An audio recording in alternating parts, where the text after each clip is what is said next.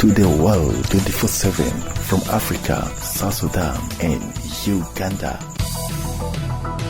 Israel has begun the deportation process for hundreds of Sumud Flotilla activists who were detained overnight.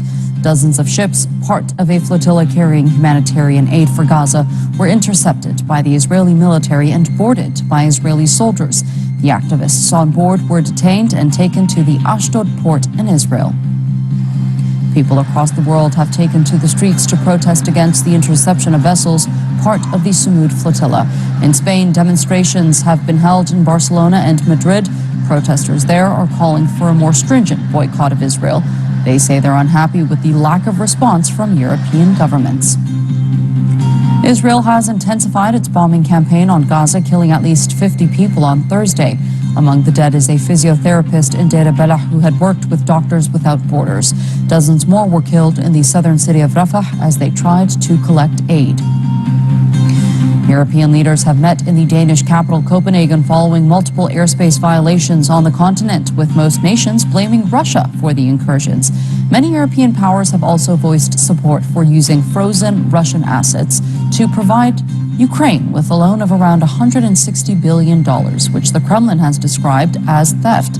Russian President Vladimir Putin vowed a response to what he described as the militarization of Europe. We are closely monitoring the escalating militarization of Europe.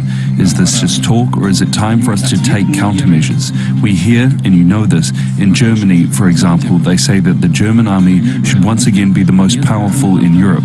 Well, fine, we're listening carefully.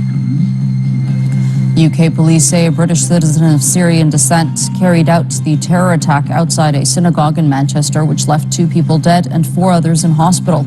2 men in their 30s and a woman in her 60s have now been arrested in connection with the attack. And Morocco's prime minister has confirmed that 3 people have been killed during anti-government protests. In his first public comments since the unrest started almost a week ago, he said the government is willing to respond to their demands. Demonstrations began over underfunding in healthcare and education.